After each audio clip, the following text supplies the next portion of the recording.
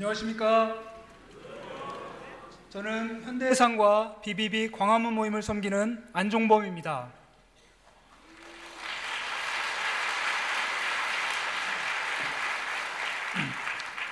저는 충남 공주의 작은 시골에서 어머니를 따라 절에 다니며 자연스레 불교를 믿었고 기독교는 배척하며 자랐습니다. 교회는 근처도 안 가던 저였지만 대학 합격증을 받고 마음의 무장이 해제된 날 전도를 받고 순순히 따라갔습니다. 그 만남 이후 엄청 후회를 하며 어떻게든 그 선배님들을 떼내려고 노력했지만 번번이 실패해서 울며 겨자 먹기로 성경 공부도 해주고 예배도 참석해 주었습니다. 급기야 여름 수련회 참석 권면을 듣고는 필사적으로 탈출을 시도했습니다. 여름 수련회 장소가 신기하게도 저희 시골 동네 근처였음에도 버티고 버티다가 마지막 날 끝나는 시간에 맞춰서 집에서 자전거를 타고 유유히 나타나 그분들의 실망감을 극대화시켜 드렸습니다. 그런데도 선배님은 저를 포기하지 않으시고 섬겨주셨기에 저는 백기를 들고 보강 수련회에 참석하여 마음을 열고 예수님을 영접하였습니다. 불교 집안에서 기독교를 믿는다는 이유 때문에 집안과 동네에서 받는 핍박에도 굴하지 않았고 사역 때문에 군대도 졸업 한 학기만을 남겨놓고 갔습니다. 그러나 군 제대 후 현실의 무게감 앞에 굴복하면서 세상적인 그리스도인이 되어갔습니다. 그러던 중 2002년 교회 여름수련회에서 너의 보좌에 누가 앉아있느냐 라는 질문을 통해 회개하고 그리스도를 중심에 모시는 새로운 삶을 살기로 결단하였습니다. 저의 이런 변화에 대해 들은 지체 몇 분이 BBB 광화문 모임으로 인도하셨습니다. 처음 참석한 월요 모임은 성령님의 충만한 임재가 느껴졌습니다.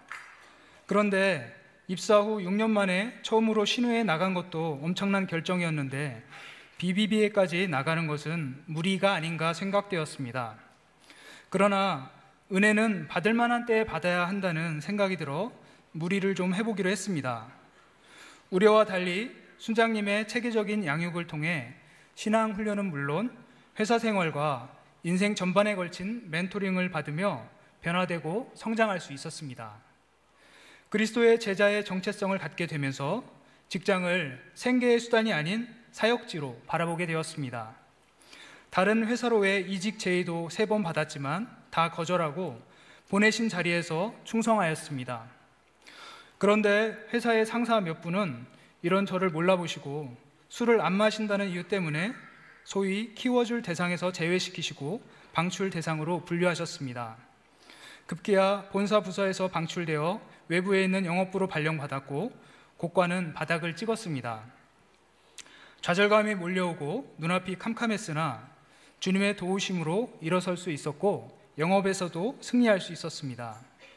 다른 사람들이 술이나 다른 것들을 무기 삼을 때 저는 하나님의 지혜와 그리스도인의 친밀감과 하나님의 든든한 백으로 성과를 올릴 수 있었습니다. 2년 3개월을 보내고 2015년에 다시 본사로 복귀하였고 올 1월에는 팀장 보직도 받았습니다. 그때에도 술이 장애물이 될 뻔했지만 부장님의 강력한 추천과 하나님의 은혜로 극복이 되었습니다. 하나님의 지혜와 인도하심 안에서 좋은 리더로 성장하며 제자의 삶을 살아갈 수 있기를 기도합니다. 2003년 이후 다양한 훈련을 받으면서 그리고 지체들과 함께 여의도 공원이나 서울역, 병원 등에서 전도 실천 사역을 하였습니다.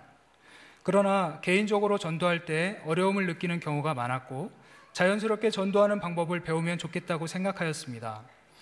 2014년 하반기에 영락교회 전도 폭발 훈련을 시작으로 3단계까지 연속으로 훈련에 참여하면서 유익을 경험할 수 있었습니다. 첫째, 대상자가 경계심을 느끼지 않은 상태에서 자연스럽게 복음을 전할 수 있었습니다. 사형리 책자 같이 이런 책자를 보기만 해도 경계를 하는 그런 사람들에게 지금 전도를 받고 있는 건지 모르는지 그런 상태로 복음을 전하다 보니 잘 전할 수가 있었습니다. 둘째, 교회에 다니지만 그저 출석만 하거나 봉사는 열심히 하지만 구원의 확신이나 주님과의 인격적 관계는 없는 사람들에게 복음의 핵심을 전할 수 있었습니다. 셋째, 예수님을 영접하는 의미에 대해 충분히 설명을 해주어 전도 대상자가 진심으로 영접하는 것을 알 수 있었습니다. 전도 폭발 방법으로 전도한 사례 중 가장 인상에 남는 것은 강북 삼성병원에서 한 자매님에게 전했던 경우입니다. 8층에서 열심히 전도하는데 간호사님이 오셔서 여기서 이러시면 안 됩니다. 저희 병원은 메르스 감염 위험 때문에 면회 금지입니다. 여기 이름 쓰시고 나가주세요 라고 했습니다. 아니, 메르스가 끝난 게 언젠데 아직도 라는 말을 참고 네, 알겠습니다 라고 했습니다. 돌아서는데 다른 층으로 가서 전하라는 감동이 있어서 7층으로 자리를 옮겨 한 방에 들어갔습니다. 한 환자 가족과 얘기가 끝나갈 무렵 다른 환자분이 침상으로 돌아오는 기척이 들려 그리 다가갔습니다. 환자들 위해 기도해 드리기 위해 나왔는데 혹시 교회에 다니시는지 여쭈었더니 제주도에 있는 영락교회를 다니시는데 영생에 대한 확신은 없다고 하시어 저는 서울 영락교회에서 전도 폭발 훈련을 받고 있는데 훈련에서 배운 것을 소개해 드려도 되는지 동의를 구하고 시작했습니다. 약 40분간 복음을 전하는 동안 그 자매님은 눈이 그렁그렁해졌고 예수님을 영접하셨습니다. 시어머니 권유로 교회는 다녔지만 구원의 확신은 없으셨던 자매님을 암 수술차 서울에 오게 하시고 8층에서 간호사에게 쫓겨 7층으로 옮긴 후 그 병실을 막 나가려던 참이었던 저를 만나 복음을 듣고 구원 얻게 해주신 하나님의 완벽한 계획에 전율을 느끼며 감사를 드렸습니다. 다른 사례를 말씀드리면 어느 날 회사 후배가 입사 후 최대 위기를 맞았다며 다급하게 면담 요청을 하였습니다. 그의 상황을 듣고 얘기를 나누면서 전도 폭발 내용 중 필요한 부분을 전해주고 그리스도를 주로 영접할 것을 권하였습니다. 그는 전에 사형리로 전도하고 양육도 했었던 형제인데 언제부터인가 교회에 실망하고 하나님과 멀어지더니 작년에는 믿음이 없어졌다는 충격적인 고백을 했었습니다. 그를 안타까워하며 성령님께서 그의 마음을 열어주시길 기도했었습니다. 마침 그날 마음이 낮아진 상태에서 복음에 대해 다시 듣고 마음이 열려 예수님을 주님으로 영접하였습니다. 대화 중 자연스럽게 복음을 전할 수 있고 그가 마음을 열고 영접하게 하신 은혜에 감사를 드립니다. 어떤 경우에는 사형리가 효과적이기도 합니다.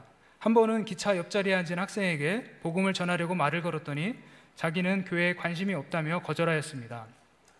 저는 잠시 주님께 그의 마음을 열어주시기를 기도드린 후 사형리를 건네며 읽어보라고 하였습니다. 그는 간단히 훑어보더니 피곤한 듯 잠을 청하는 것이었습니다. 한참을 달리던 기차가 마주쳐오는 기차와 교차하면서 맞바람 때문에 충격이 발생했고 창측에 있던 학생은 놀라서 깨었습니다. 잠시 후 사실은 자기가 성당에 다녔었는데 반복되는 죄 문제와 심판에 대한 두려움에 눌려 지금은 성당에도 안 나가고 있다는 고민을 털어놓는 것이었습니다. 저는 사형리를 펼쳐 내용을 설명해주고 그가 진심으로 예수님을 영접하고 구원의 확신을 가질 수 있도록 도와주었습니다. 그는 매우 기뻐하며 저를 생명의 은인으로 여러 번 고맙다는 말을 하였습니다. 사형리와 전도 폭발로 상황에 맞게 효과적으로 복음을 전할 수 있도록 훈련을 받게 되어 감사합니다. 열심히 복음을 전하고 직장에서 제자를 양육하고 그리스도의 제자로서 주님이 기뻐하시는 일에 쓰임받는 값진 삶을 살고 주님께 영광 돌리기를 기도합니다. 저를 제자의 삶으로 이끄시는 주님의 말씀을 끝으로 간증을 마치겠습니다. 아무든지 나를 따라오려거든 자기를 부인하고 날마다 제 십자가를 지고 나를 좇을 것이니라. 아멘. 감사합니다.